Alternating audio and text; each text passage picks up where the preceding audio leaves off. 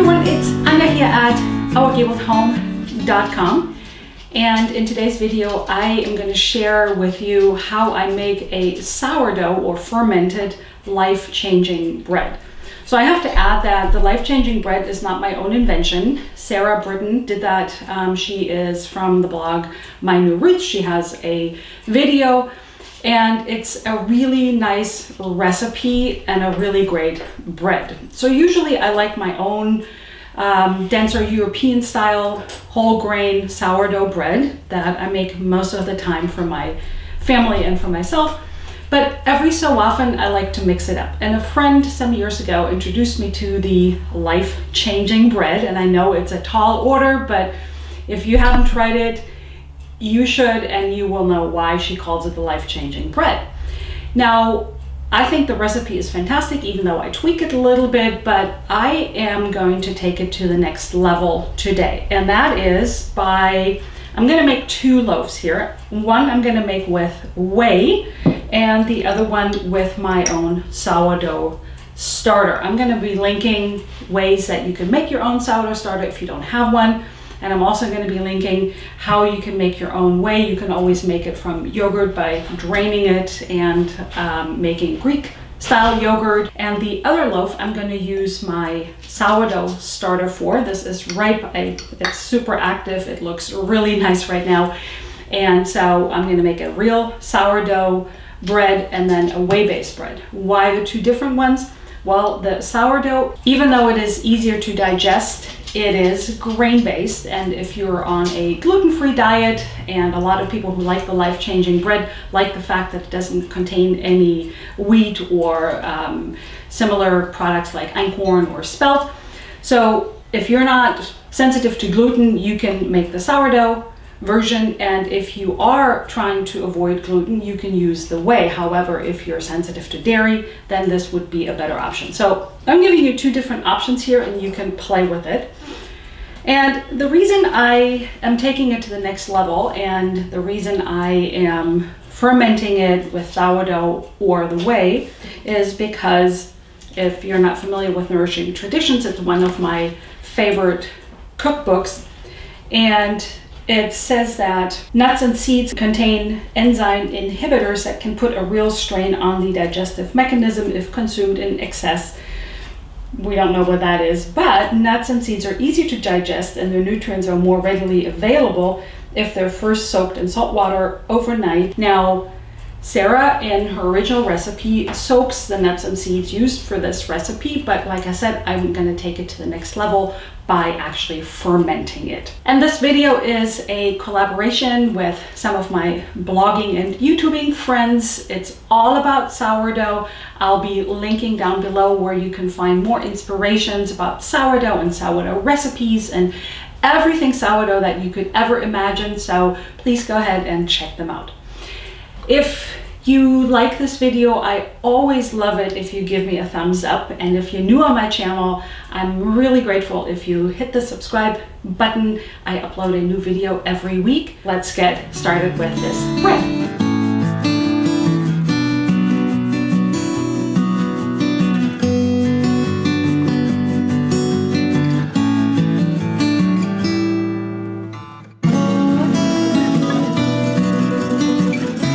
As I said, I'm making two different breads, so I am using two different bowls here.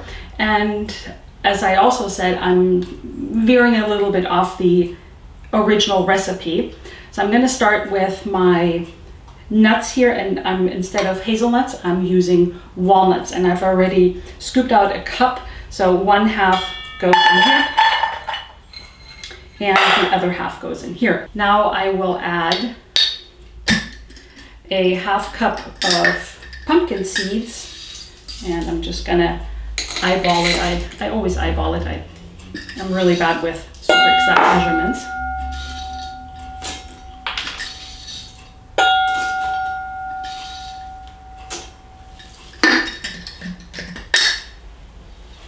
And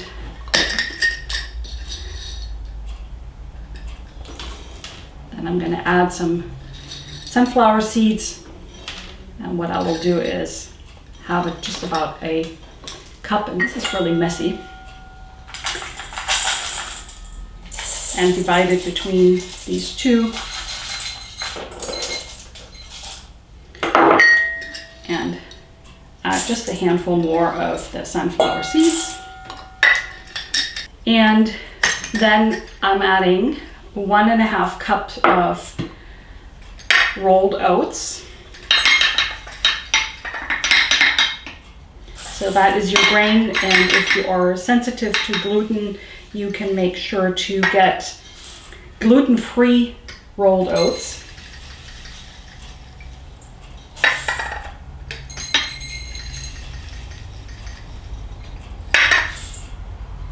Okay. Then we'll add 2 tablespoons each of chia seeds. This bread is really high in fiber.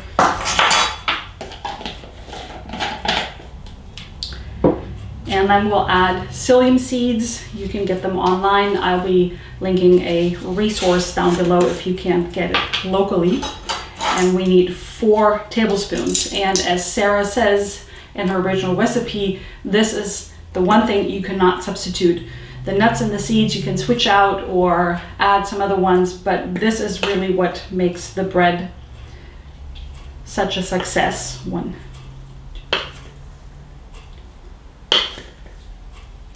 2. And otherwise it would be really dense. Although once we're adding the sourdough, we get a little bit of leavening, which we're not going to get if we don't use that.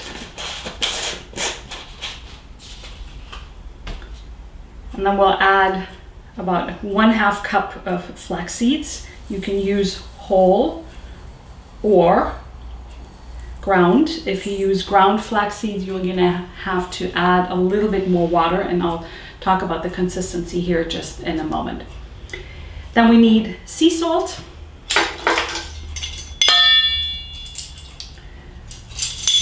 One teaspoon.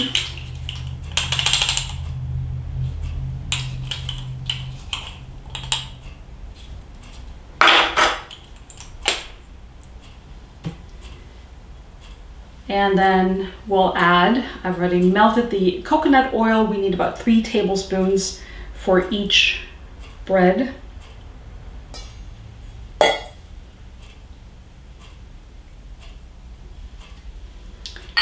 The original recipe calls for a sweetener like maple syrup.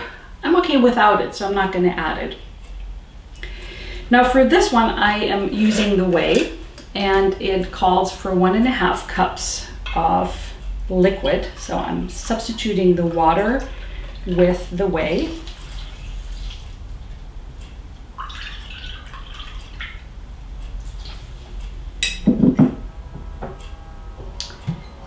And I'll need to get a spoon. So we'll mix this up.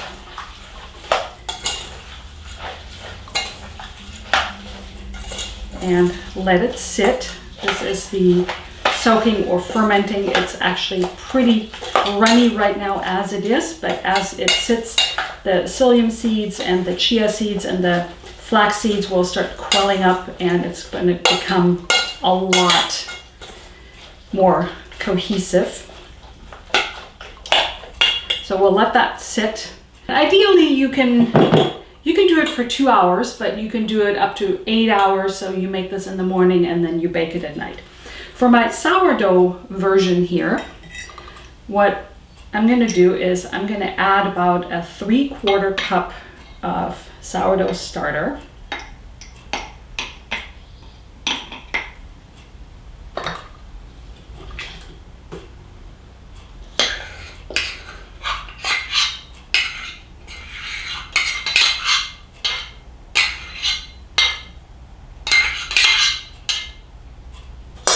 And then we'll add a cup of water. I always like to use filtered water.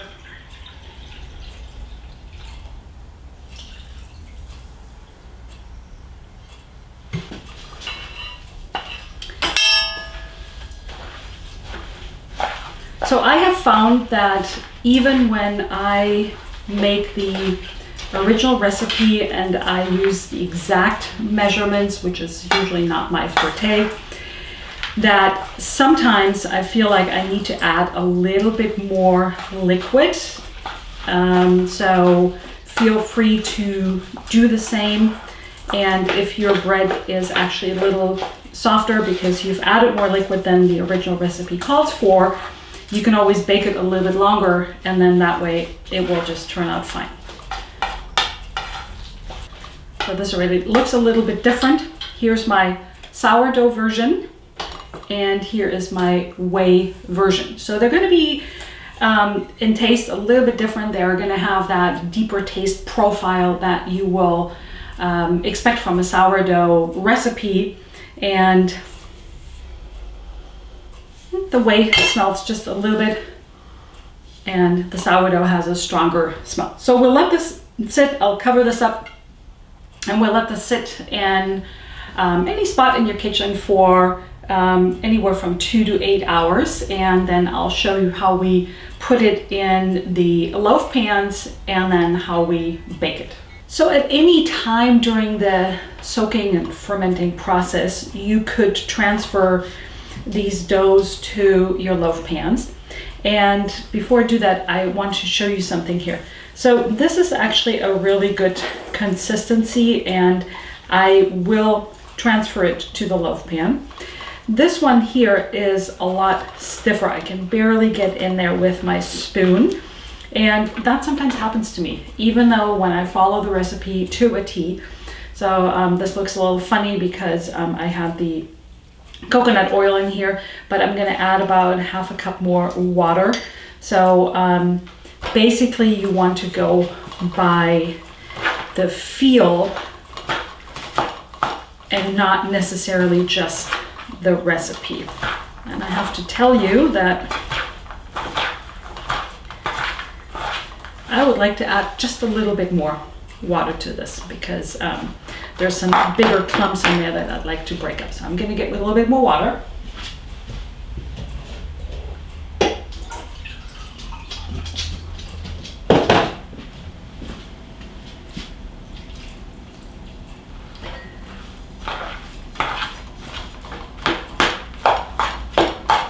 So now I like this a lot better. And like I said, if you want to go really slow when you add more water, if for some reason you accidentally or otherwise added too much water, you just bake it a little bit longer. Sarah bakes her breads and soaks her breads in a silicone loaf pan. I don't have one. I didn't want to buy one, so I'm just using what I have. And I have a stainless steel. I don't have two identical ones. This is what I'm doing today. So I'm going to use the bigger one here for the sourdough bread because there's probably some rise, and I will line the loaf pan with parchment paper.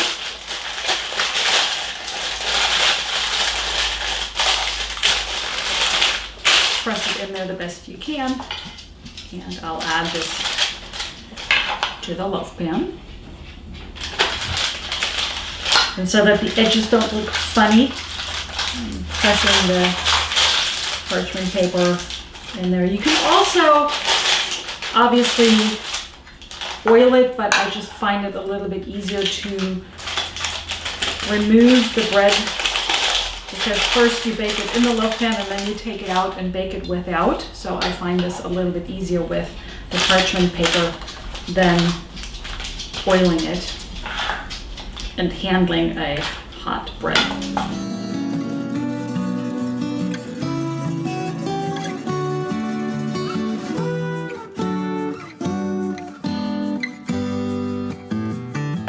These wax wraps, and you can just cover it. You can also put something heavy on top to make sure it's not, it's pretty airtight. So we'll move this over here.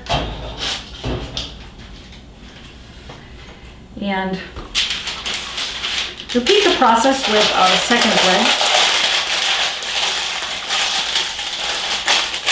Because I'm not expecting much of a rise out of the one that I made with the whey, I'm using my smaller glass loaf pan for this.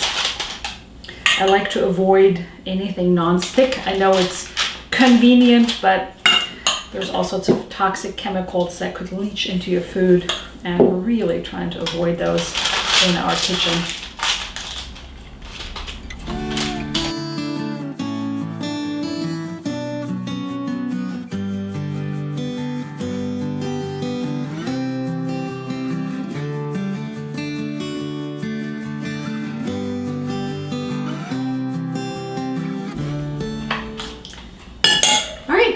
And then again, covering it with a beeswax wrap.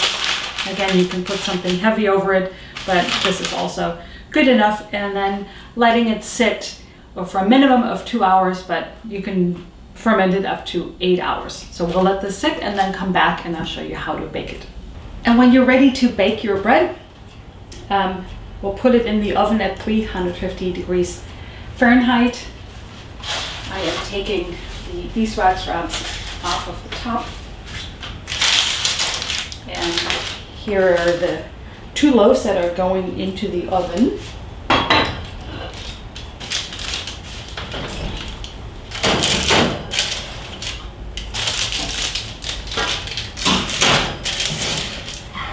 And we'll put them in there for 20 minutes at first. So after 20 minutes, we'll take the breads out.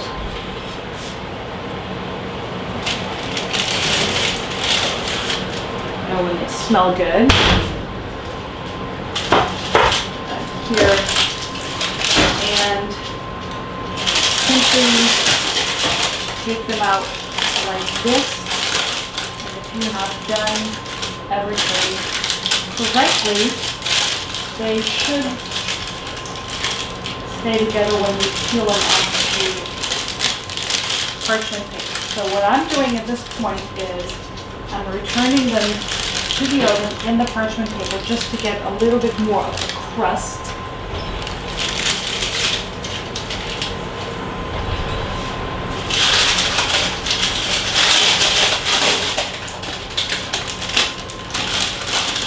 Second one.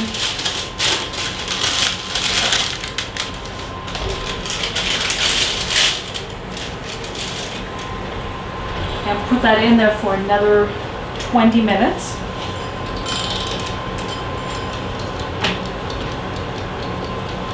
Now that we've added another 20 minutes, I will take the breads out, and I can usually just hold it right by the parchment paper.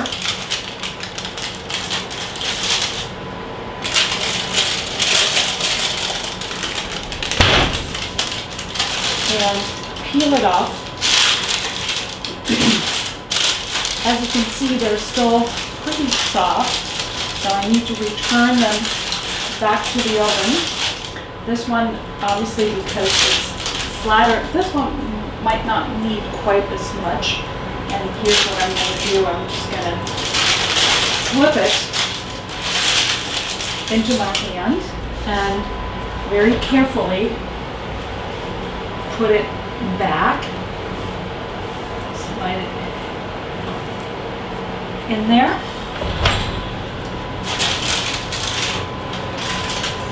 And my second one is a little bit deeper, so that might need a little longer. You can see how it's still a little bit soft. So I'm also going to slide that in there. So the deeper one definitely needs another 20 minutes. So I'm going to set my timer for 20 more minutes. After 10 minutes, I will actually check the shallower one and see if that's ready, because there's a good chance that it will be. I already took the shallower bread out because it was done. And now I already turned off my oven. I will take the deeper bread out. And you can see it's already a little brown here. And one way to be able to tell whether it's done is if you gently tap on the bottom and it has to make a hollow sound. With the fan of the oven, I'm not sure that you can hear it. And then we simply put it on a wire rack to cool. And here are your 2 sourdough life-changing breads. and I'm letting them cool. I'm going to show you what they look like once you cut them.